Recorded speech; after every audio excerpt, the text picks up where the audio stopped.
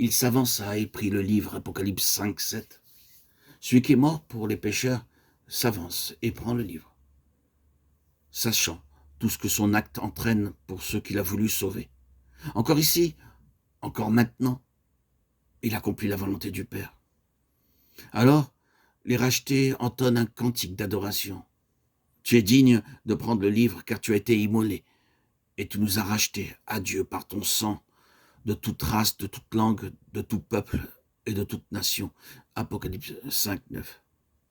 Et les cohortes angéliques, des milliers de milliers, chantent à leur tour à la gloire de l'agneau immolé. Enfin, toutes les créatures, toutes les choses créées dans le ciel, sur la terre, sous la terre et dans la mer unissent aussi leur voix pour célébrer l'agneau. Durant les instants où les cieux se sont ouverts pour lui, Jean a vu ce qu'on pensait du calvaire dans la maison du Père.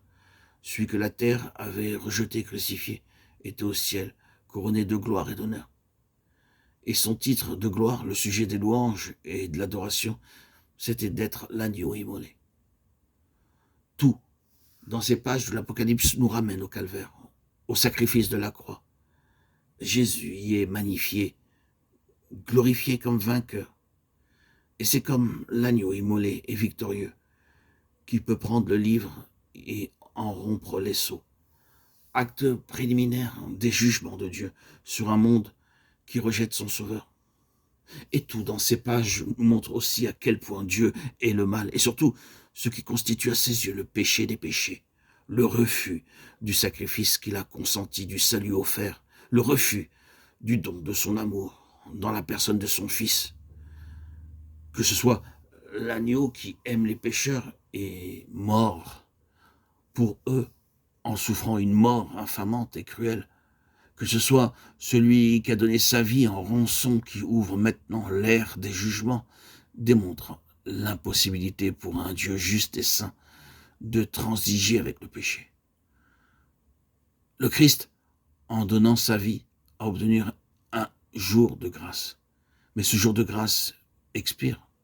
Et le Seigneur doit maintenant exterminer le péché et abolir tout ce qui s'élève contre Dieu. Quand toutes choses lui seront assujetties, alors il remettra le royaume entre les mains du Père. 1 Corinthiens 15, 24, 28. Au moment où les jugements de Dieu fondent sur le monde, les hommes se rendent compte que leur péché capital est d'avoir méprisé l'amour du Sauveur, d'avoir rejeté le sacrifice offert, car ils crient dans leur terreur aux montagnes et aux rochers, « Tombez sur nous et cachez-nous de devant la colère de l'agneau. » Apocalypse 5, 6, 10.